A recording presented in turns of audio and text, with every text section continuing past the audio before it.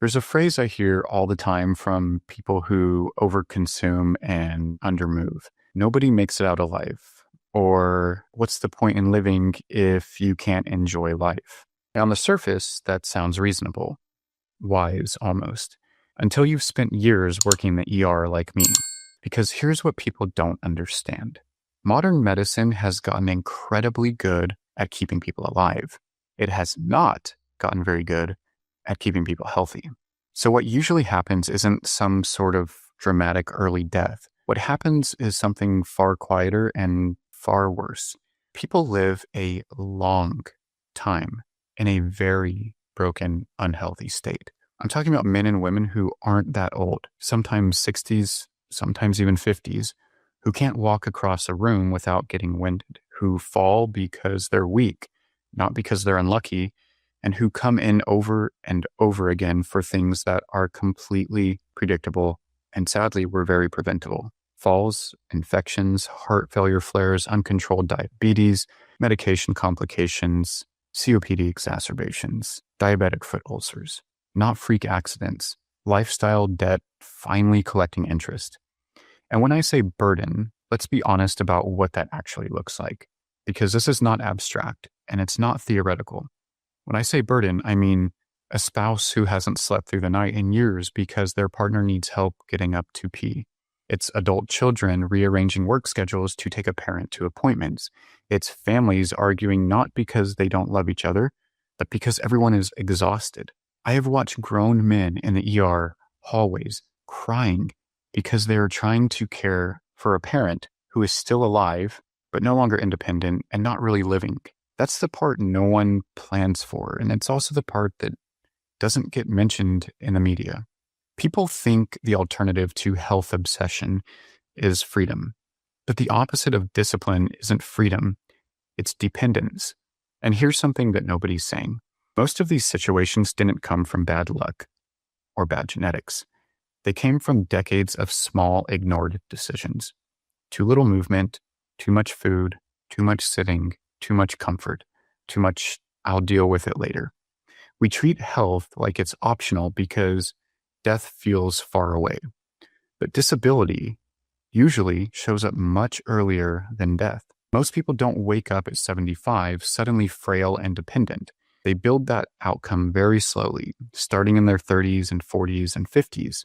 Loss of muscle, loss of balance, loss of cardiovascular capacity, loss of resilience. And here's a stat that should bother you.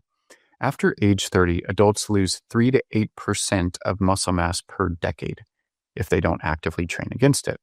After 60, that accelerates even faster. And muscle isn't about looking good at that point. It's about glucose control and fall prevention and immune function and independence. And here's another one for you. Falls are one of the leading causes of injury-related death and disability in older adults. Not cancer, not heart attacks, falls. And falls don't come from bad footing usually. They come from weakness, poor balance, and inactivity. This is why I push back so hard when people say, I'm only hurting myself, because that's almost never true. If you're unhealthy, you don't just pay the price. The people around you do. And the cruel irony is that thanks to modern medicine, you may not die early. You may live a very long time in a body that can't support itself. That is not longevity. That's survival at someone else's expense. So let me reframe this real quick. Longevity has become a term that people associate with squeezing out as many years of life as possible, which is really why I don't like this term.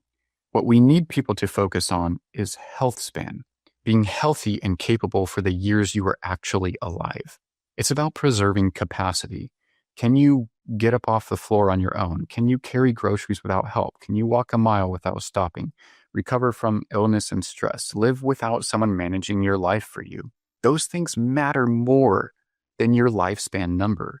If you won't train, eat better, move, and take care of yourself for you, do it for the people who love you. Do it for your kids so they don't have to lift you off the toilet or change your diapers. Do it for your spouse so that they're not a full-time caregiver of you.